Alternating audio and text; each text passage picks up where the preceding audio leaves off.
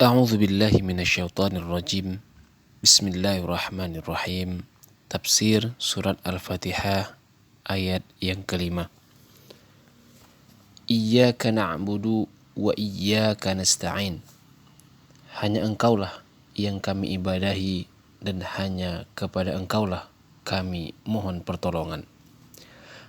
Para ahli qiraat sab'ah dan jumhur ulama membaca dengan memberikan tasydid pada huruf ya pada kata iyyaka, sedangkan kata nasta'in dibaca dengan memfathahkan huruf nun yang pertama. Menurut bahasa, kata ibadah berarti tunduk patuh, sedangkan menurut syariat, ibadah berarti ungkapan dari kesempurnaan cinta, ketundukan, dan ketakutan.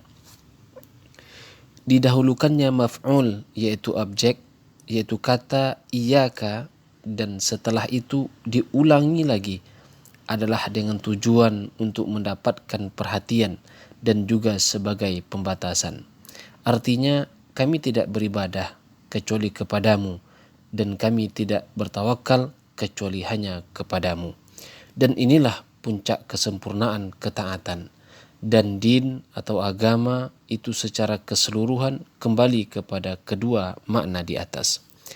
Yang demikian itu seperti kata sebagian ulama salaf atau ulama terdahulu bahwa surat Al-Fatihah adalah rahasia Al-Quran dan rahasia Al-Fatihah terletak pada ayat Iyyaka na'budu wa iyyaka nasta'in. Hanya kepadamu kami beribadah dan hanya kepadamu pula kami memohon pertolongan. Penggalan pertama, yakni hanya kepadamu kami beribadah, merupakan pernyataan berlepas dari kemusyrikan. Sedangkan pada penggalan kedua, yaitu hanya kepadamu kami memohon pertolongan, merupakan sikap berlepas diri dari upaya dan kekuatan serta menyerahkan urusannya hanya kepada Allah Azza wa Jalla. Dalam ayat tersebut, yaitu surat Al-Fatihah ayat yang kelima, terjadi perubahan bentuk dari ghaib, yaitu orang ketiga, kepada mukhatab, yaitu orang kedua atau lawan bicara, yang ditandai dengan huruf K pada kata iyyaka. Yang demikian itu memang selaras karena ketika seorang hamba memuji kepada Allah, maka seolah-olah ia merasa dekat dan hadir di hadapannya. Oleh karena itu dia berfirman iyyaka na'budu wa iyyaka nasta'in. Ini merupakan dalil yang menunjukkan bahwa awal-awal surat Al-Fatihah merupakan pemberitahuan dari Allah Azza wa Jalla yang memberikan pujian kepada dirinya sendiri dengan berbagai sifatnya yang agung, serta petunjuk kepada hamba-hambanya agar memujinya dengan pujian tersebut. Dalam Sahih Muslim diriwayatkan dari Al-A'la bin Abdurrahman dari ayahnya dari Abu Hurairah radhiyallahu anhu, Nabi SAW bersabda yang artinya, aku telah membagi solat menjadi dua bagian, yaitu surat Al-Fatihah, antara diriku dengan hambaku. Bagi hambaku apa yang ia minta.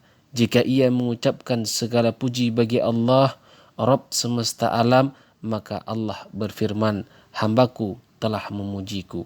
Dan jika ia mengucapkan Maha Pemurah lagi Maha Penyayang, maka Allah berfirman, hambaku telah menyanjungku. Jika ia mengucapkan yang menguasai hari pembalasan, maka Allah berfirman, hambaku telah memuliakanku.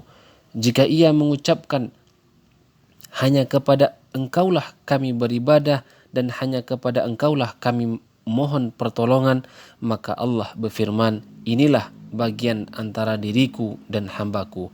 Untuk hambaku apa yang ia minta, dan jika ia mengucapkan berilah kami petunjuk ke jalan lurus, yaitu jalan orang-orang yang telah Engkau anugerahkan nikmat kepada mereka, bukan jalan mereka yang dimurkai, yaitu Yahudi, dan bukan pula jalan mereka yang sesat, yaitu Nasrani.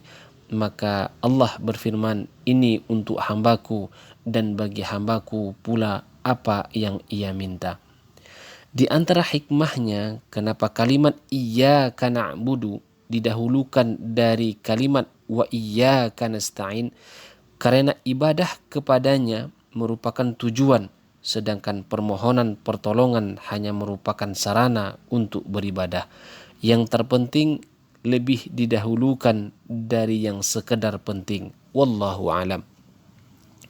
Jika ditanyakan, lalu apa maksud huruf atau makna huruf nun pada firman Allah Subhanahu wa taala, iyyaka na'budu wa iyyaka nasta'in? Jika nun itu dimaksudkan sebagai bentuk jamak, padahal orang yang mengucapkan hanya satu orang, dan jika untuk pengagungan, maka yang demikian itu tidak sesuai dengan kondisi. Pertanyaan di atas dapat dijawab bahwa yang dimaksud dengan huruf nun yang berarti kami itu adalah untuk memberitahukan mengenai jenis hamba dan orang yang solat merupakan salah satu darinya. Apabila jika orang-orang melakukannya secara berjamaah atau imam dalam solat memberitahukan tentang dirinya sendiri dan juga saudara-saudaranya yang beriman tentang ibadah yang untuk tujuan inilah mereka diciptakan. Ibadah merupakan maqam atau kedudukan yang sangat agung yang dengannya seorang hamba menjadi mulia karena kecondongannya kepada Allah Ta'ala saja, dan dia telah menyebut Rasulnya Sallallahu Alaihi Wasallam sebagai hambanya yang menempati maqam atau kedudukan yang paling mulia. Firman Allah Subhanahu wa taala, Subhanalladzi asra bi'abdihi lailan. Maha suci Allah yang telah memperjalankan hambanya pada suatu malam.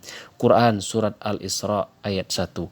Allah telah menyebut Muhammad sallallahu alaihi wasallam sebagai seorang hamba ketika menurunkan Al-Quran kepadanya, ketika beliau menjalankan dakwahnya, dan ketika diperjalankan pada malam hari. Dan dia membimbing untuk senantiasa menjalankan ibadah pada saat-saat hatinya merasa sesak akibat pendustaan orang-orang yang menentangnya. Wallahu alam bissawab.